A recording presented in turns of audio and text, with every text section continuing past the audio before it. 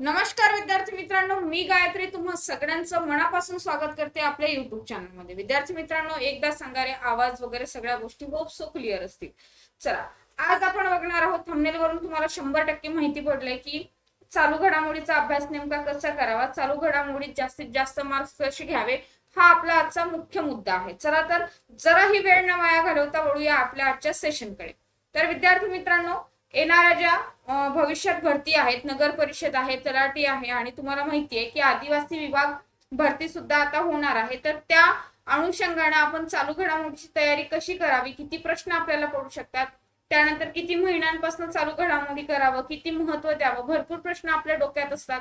माझ्याच्याने होईल की नाही, मला काल परवा झालेली गोष्ट लक्षात राहत नाही, मग नेमकं काय करायचं, कसं करायचं, कुठल्या घटकांवर जास्त भर द्यायचा, कुठले स्त्रोत वापरायचे, त्यानंतर पीवायक्यू कसे सॉल्व्ह करायचे, भरपूर काही तुमच्या डोक्यात असतं आणि तेच आपण आज समजून घेणार आहोत। चला, जराही वेळ वाया नाही घालवत, मुख्य मुद्द्याला हात लावते।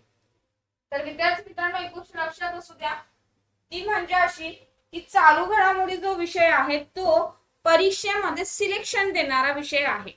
आता चालू घडामोडी आणि स्टॅटिक जीके किंवा जीके जीएस म्हटलं तर या दोन विषयांचा कुठेतरी एकमेकांशी संबंध असतो। तुम्हाला जर 25 प्रश्न जर याचे असतील, 50 मार्क्स साठी जर विचारले जात असेल, सरळ सेवेचा जर विचार केला तर 200 मार्काच्या पेपरमध्ये तुम्हाला 50 marks GK GS plus current affair असतं। मग यामध्ये होतं काय की त्या 25 प्रश्नांमध्ये होऊ शकतो तुम्हाला 7 प्रश्न, 5 ते 7 प्रश्न तुम्हाला विचारले जाऊ शकतात चालू घडामोडीचे। मग 5 ते 7 प्रश्न, 5 प्रश्न म्हणजे 10 मार्क्स साठी, एका विषयाला जर 2 मार्क्स पकडले तर म्हणजे एवढं जास्त महत्व आहे आपल्या करंट अफेअरचं। मग करंट अफेअर आपल्याला काय होईल, जर करंट अफेअर एवढा व्यापक विषय आहे की जेवढं केलं तेवढं थोडंच आहे। कारण करंट अफेअर मध्ये विचारलं काय काय जातं, तर करंट अफेअर मध्ये तुम्हाला आपल्या राज्याशी निगडित असो, आपल्या देशाशी निगडित असो, आंतरराष्ट्रीय घटना असो, ठीक आहे, पहिल्या घटना असो, ह्या सगळं भरपूर काही याच्यामध्ये विचारलं जातं। त्याच्यामध्ये नियुक्ती आल्या, त्याच्यामध्ये पुरस्कार आले, त्याच्यामध्ये क्रीडाविषयक गोष्टी आल्या। तर एवढं सगळं लक्षात ठेवणं हे आपल्याला काय वाटतं, कठीण वाटतं, ताण वाटतो आणि जेव्हा करतो तेव्हा असं वाटतं हा माझ्या सगळं लक्षात आहे, पण नेमकं थोड्या वेळाने विसरल्यासारखं होतं। मग पेपरला तर 3-4 दिवस 3-4 महिने बाकी असतात, मग त्या 3 ते 4 महिन्याचं केलेला अभ्यास कसा डोक्यात ठेवायचा, हे एवढं सगळं कठीण आपल्या डोक्यामध्ये कसं राहील, भरपूर प्रश्न आपल्या डोक्यात असतात। तर त्याच विषयाला जर आपण थोडं चांगल्या पद्धतीने जर हँडल केलं तर 100% तुमचा एकही मार्क जाणार नाही। तर विद्यार्थी मित्रांनो, चालू घडामोडी हा हलक्यात घ्यायचा विषय नाहीये, तर चालू घडामोडी तुम्हाला सिलेक्शन देणारा विषय आहे, एवढं लक्षात ठेवायचं। कारण स्पर्धा परीक्षेमध्ये अत्यंत कडीचा विषय जर कुठला असेल तर तो चालू घडामोडी आहे। ठीक आहे, आता बरेच जण म्हणतील की मॅडम बाकी विषय केले तर होऊन जातं, पण बाकी विषय केले तर 100% होतं, होणारच नाही तर पळणार आहे। पण एक गोष्ट लक्षात घ्या, कॉम्पिटिशन एवढा जास्त आहे की एक एक मार्क्स तुम्हाला हजारो विद्यार्थ्यांच्या पुढे खेचतो, तर एक एक मार्क्स तुम्हाला हजारो विद्यार्थ्यांच्या मागे सुद्धा खेचतो। तर आपल्याला हेच करायचं आहे, आपल्याला पुढे जायचं आहे, गर्दीतून सगळ्यांना ढकलून पुढे जायचं आहे आणि आपली पोस्ट घेऊन सिक्युअर व्हायचंय। सगळ्यांना ढकलून म्हणजे काय, तर एकंदरीत आपण स्मार्ट वर्क करायचं आणि सगळ्यांच्या पुढे जायचंय। ठीक आहे, चल विद्यार्थी मित्रांनो, आता किती महिन्यांच्या चालू घडामोडी कराव्यात आणि कोणत्या घटकांवर भर द्यावा, हा एक महत्त्वाचा प्रश्न आपल्या डोक्यात असतो।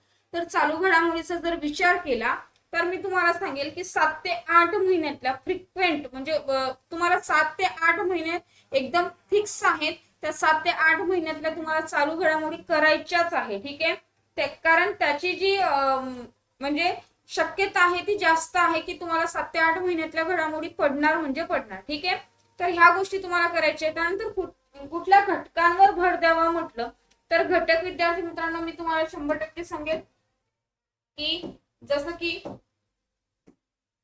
एक एक्झाम्पल देऊन सांगतो तुम्हाला। घटक जर विचार केला तर तुम्हाला नियुक्ती आहे, ठीक आहे, त्यानंतर नियुक्तीनंतर तुम्हाला पुरस्कार आहे,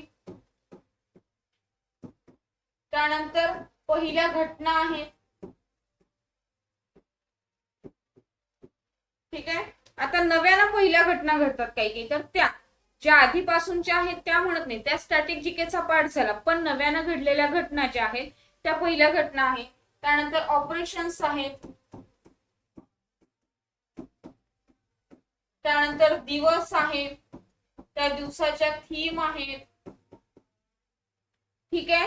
त्यानंतर एखादं नव्यानं प्रकाशित झालेलं पुस्तक आहे, त्या पुस्तकाचे लेखक आहे, ठीक आहे. पुस्तकाचं प्रकाशन कोणी केलं, असे बरेच घटक तुम्हाला विचारले जातात. तर ह्या घटकांवर काय करायचंय, तुम्हाला जास्त फोकस करायचंय. त्यानंतर आणखी योजना आहे, ही योजना कुठल्या राज्याची आहे, ही योजना कुठल्या राज्याशी संबंधित आहे, या योजनेचं स्वरूप काय आहे, या योजनेचे लाभार्थी कोण आहे, असे बरेच प्रश्न तुम्हाला विचारले जातात.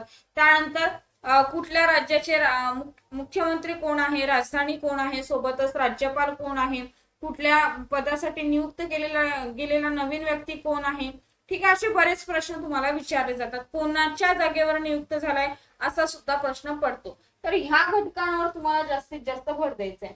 मग आता म्हणणार बापरे बाप मॅडम एवढे सारे घटक कसं लक्षात ठेवायचं बरं. तर विद्यार्थी मित्रांनो, एक गोष्ट कायम लक्षात ठेवा, तुम्ही म्हणा किंवा मी म्हणा, हे गोष्ट सहज लक्षात राहत नाही, ठीक आहे. परफेक्ट असं कुणीही नाहीये, प्रत्येकाला अभ्यास करणं आहे आणि अभ्यास करूनच ह्या गोष्टी लक्षात राहतील. हा, एक गोष्ट आहे की आपण काय करू शकतो त्या गोष्टीला, म्हणजे एखादी गोष्ट लक्षात ठेवण्यासाठी आपण एक ट्रिक वापरू शकतो, कुणाची मदत घेऊ शकतो. समजा की माझं लेक्चर आहे, माझं लेक्चर केल्यानंतर तुम्हाला एखादी गोष्ट छान पद्धतीने समजत असेल तर त्या पद्धतीची तुम्हाला मदत होईल. पण अभ्यासाला पर्याय नाही, 100% तुम्हाला अभ्यास करायचा आहे. मग मी सांगेन की या गोष्टीसाठी तुम्ही काय करू शकता, दररोज सकाळी 9 वाजता युट्यूबला लेक्चर असतं, ते 100% युट्यूबचं लेक्चर करायचं. त्या युट्यूबच्या लेक्चर मधून तुमचा मॅक्झिमम पार्ट कव्हर करण्याची खात्री देते, जबाबदारी माझी असेल, ठीक आहे. खात्रीने सांगते की ती जबाबदारी माझी आहे, मॅक्झिमम पार्ट मी कव्हर करेलच. सोबतच वीकली रिव्हिजन होते, मंथली रिव्हिजन होते, त्यानंतर 15 दिवसाची रिव्हिजन होते. ह्या सगळ्या गोष्टी मी स्वतः करून घेते, ठीक आहे. तुम्ही बाकी युट्यूब चॅनल म्हणजे माझ्या आपल्या युट्यूब चॅनलवर, फेसबुकच्या युट्यूब चॅनलवर तुम्ही माझे सगळे व्हिडिओ बघू शकता. त्यामध्ये तुम्हाला दिसेल रिव्हिजन सेशन लावलेले आहे, 3-3 घंट्याचे रिव्हिजन, 3-3 तासाचे रिव्हिजन सेशन सुद्धा मी घेतलेले आहे, ठीक आहे. चला विद्यार्थी मित्रांनो, ह्या गोष्टी करायच्या आहेत. मग ह्या गोष्टी कशा करायच्या, तर करत असताना एक गोष्ट तुम्हाला आणखी सांगते. हा पुढचा पार्ट आहे, हा पार्ट मला सांगायचा आहे की तुम्हाला काय करायचे, सेल्फ नोट्स काढायचे आहे. काय करायचे आहे, स्वतःच्या नोट्स काढायच्या. हा पार्ट मला सांगायचा आहे. समजा एक आहे की एका महिन्याचा आपण रिव्हिजन केलं, म्हणजे मी एक उदाहरण देते. जानेवारी 2026 तुमचा अभ्यास झालेला आहे. मग जानेवारी 2026 मध्ये कोणते पुरस्कार झाले, कोणत्या नियुक्त्या झाल्या, कोणते ऑपरेशन झाले, कोणते दिवस होते, त्या दिवसाच्या थीम काय, कोणत्या नवीन योजना आल्या, त्यानंतर कोणते राजीनामे दिले गेले, कुठल्या खूप चर्चेतल्या गोष्टी होत्या, आंतरराष्ट्रीय घडामोडी म्हणा किंवा आपल्या देशातल्या घडामोडी म्हणा, तर त्या काय करायच्या, पॉइंट वाईज लिहून ठेवायच्या. समजा पुरस्कार आहे तर सगळे पुरस्कार एकीकडे काढायचे, सगळ्या नियुक्त्या एकीकडे काढायच्या. असं जर केलं मंथ वाईज तर तुम्हाला जास्त छान पद्धतीनं तुमच्याकडून अभ्यास चांगला होईल आणि तुमचं लक्षात राहील, तुमचा गोंधळ उडणार नाही. आणि हा विषय एवढा व्यापक आहे की जेवढं तुम्ही करणार तेवढं कमीच आहे. मग मी तुम्हाला एकच सांगेल की कुठल्याच बाकीच्या गोष्टींवर विश्वास ठेवू नका की एवढंच करा आणि एवढंच होईल, तेवढंच करा आणि यानेच होईल त्यानेच होईल. कशानेच होत नाही. अभ्यास केला तरच होतं. स्वतःवर विश्वास ठेवायचा, पॉझिटिव्हिटी ठेवायची, त्यानंतर चांगल्या पॉझिटिव्ह लोकांसोबतच संपर्क असला पाहिजे. अशा आपण एक स्वतःला क्रिएट करायचं, स्वतःला असा एक झोन, कम्फर्ट झोन आपल्यासाठी बनवायचा की त्या पलीकडे माझं लक्ष जाणार नाही. कम्फर्ट झोन म्हणजे काय, तर तुमच्या परीक्षेसाठी, तुमच्या अभ्यासासाठी तुम्हाला कम्फर्ट असणारा झोन, ना की तुमच्या बाकीच्या चैनीच्या वस्तू, ठीक आहे.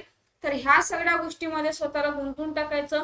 माझा अभ्यास, मी माझं PYQ, माझ्या रिव्हिजन, माझ्या सेल्फ नोट्स, सगळं सगळं सगळं एवढंच काही, ठीक आहे. कारण आपल्याला पोस्ट काढायची आहे, ह्या गर्दीतून बाहेर पडायचं आहे विद्यार्थी मित्रांनो. तर सेल्फ नोट सगळ्यात जास्त महत्वाचे आहे. मग आता बरेच जण म्हणतील की मॅडम स्रोत कुठले वापरायचे, म्हणजे सोर्सेस कुठले वापरायचे. तर विद्यार्थी मित्रांनो, सोर्सेस साठी तर मी सांगेल की माझे लेक्चर करा, ठीक आहे. त्यानंतर तुम्ही एखादं मंथली मासिक, म्हणजे ज्याला आपण म्हणतो एखादं मासिक तुम्ही वापरू शकता, चांगलं ऑथेंटिक डेटावालं. त्यानंतर वृत्तपत्र तुम्हाला डेली वाचायचं आहे, त्या वृत्तपत्रामध्ये तुम्ही संपादकीय पेज आहे, लोकसत्ता न्यूजपेपर आहे, हे तुम्ही वापरू शकता.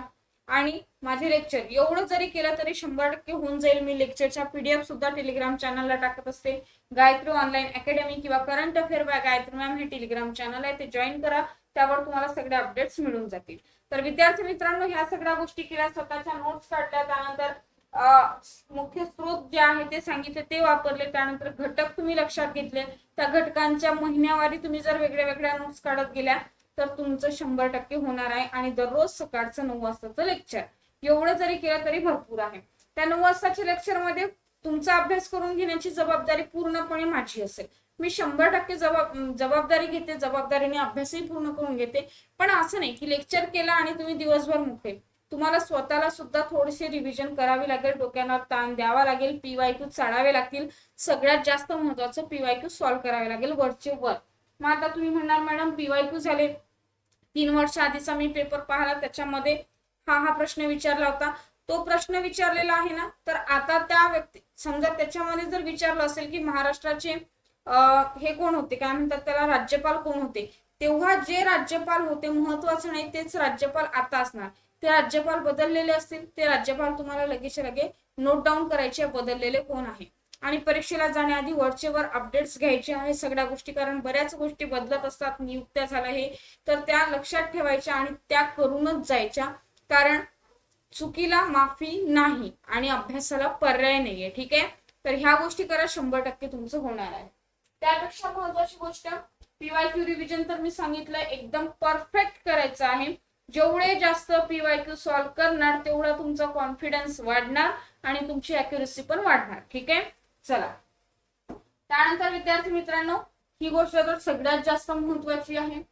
100% जेवढा तुमचा आत्मविश्वास स्ट्रॉंग असेल तेवढा तुमचा अभ्यासही चांगला होणार आहे आणि तुमचे आन्सर सुद्धा एकदम छान पद्धतीने परफेक्ट येतील. ठीक आहे, आणि गोंधळायचं नाही, सिली मिस्टेक करायच्या नाही. अभ्यास तर सगळेच करतात, पण तिथे 2 तासात स्वतःला जो बेस्ट वेनी प्रेझेंट करतो तोच काय काढतो, पोस्ट काढतो. नाहीतर आपण अभ्यास करतो तिथे पॅनिक होतो, प्रेशर वाटतं आणि सिली मिस्टेक करून आपण मागे पडून जातो. ठीक आहे, तर हे करायचं नाहीये. त्यासाठी स्वतःला काय ठेवायचंय, फॉर्म ठेवायचा आहे, आत्मविश्वास चांगला ठेवायचा आहे, कॉन्फिडन्स लेवल आपली चांगली असली पाहिजे. आणि दुसरी महत्वाची गोष्ट की स्वतःला पॉझिटिव्हली सांगत राहा, माझ्याच्याने होते आणि मी व्यवस्थित करणार, शांत डोक्यानं सगळ्या गोष्टी सॉल्व्ह करायच्या. ठीक आहे, चला.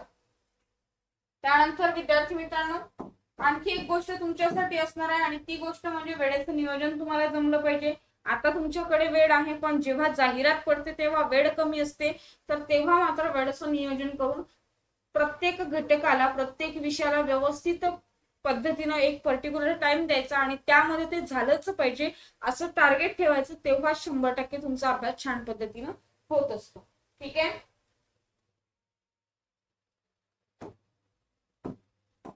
चला. आणखी एक गोष्ट तुम्हाला मला सांगायची आहे आणि ती गोष्ट म्हणजे ही आहे की आपल्या ज्या बाकीच्या एक्झाम्स येणार आहेत त्या एक्झामच्या बॅचेस आपण लवकरच चालू होतील, लवकरच पेड ऍप मध्ये सुरू होणार आहे. ठीक आहे, तर समर सेल ऑफर आहे, त्या समर सेल ऑफर मध्ये तुम्हाला 899 रुपयामध्ये एका वर्षाचं सबस्क्रिप्शन मिळतंय. त्यामध्ये तुम्हाला live recorded classes, mock test, PDF, study notes आणि सगळं काही, बरंच काही मिळतं. ठीक आहे, म्हणजे तुम्ही एक्सपेक्ट पण करणार नाही की 899 रुपयामध्ये तुम्हाला एवढं मिळू शकतं, एवढं जास्त आम्ही देतो. तर विद्यार्थी मित्रांनो, तुम्हाला जर बॅच परचेस करायची असेल तर चॅट बॉक्स मध्ये लिंक असेल, त्या लिंकवर क्लिक करा. सोबतच ऍप मधून जर जात असाल तर 100% काय करायचं, गायत्री 25 हा कुपन कोड टाकायचा आहे. जर हा कुपन कोड टाकला तरच तुम्हाला बॅच 899 रुपयाला मिळणार आहे. जर कुपन कोड टाकला नाही तर तुम्हाला समथिंग 1200 रुपयाला वगैरे मिळेल. ठीक आहे, ऑफर मध्ये. तशी तर ती आहे 1999 रुपयाची. तर ही बॅच लिमिटेड टाइम असणार आहे, जास्तीत जास्त पद्धतीने काय करायचं आहे, त्याचा फायदा घ्यायचा आहे. ठीक आहे, चला विद्यार्थी मित्रांनो, ज्या विद्यार्थ्यांना गरज आहे त्यांच्यापर्यंत हे सेशन जास्तीत जास्त शेअर करा, जेणेकरून सगळ्यांना फायदा होईल. बघा विद्यार्थी मित्रांनो, आणि महाराष्ट्र कर्तव्य बॅच जी आहे नगर परिषद भरतीची, ती चालू होणार आहे लवकरच. तर त्या गोष्टीसाठी सुरुवातीपासून तुम्ही असले पाहिजे, सुरुवातीपासून छान पद्धतीने अभ्यास करायचा असेल, ही आमची संपूर्ण टीम आहे. प्रत्येक विषयाला चांगली फॅकल्टी आहे. तर छान पद्धतीने अभ्यास करण्यासाठी आजच बॅच परचेस करा, कसलाही विचार करू नका. 12 महिन्यासाठी 899 रुपये म्हणजे काहीच नाहीये. आणि त्या पद्धतीनं ज्या पद्धतीनं तुम्हाला आम्ही देतोय, तर तेव्हा तुम्हाला असं वाटेल की यार खरंच मी आयुष्यात एक चांगला निर्णय घेतला ही बॅच घेऊन. ठीक आहे, चला सिलेक्शन तुम्हाला 100% मिळवायचं आहे. माझ्या शुभेच्छा असणार आहे. छान पद्धतीने अभ्यास करा. चला बाय बाय, बेस्ट.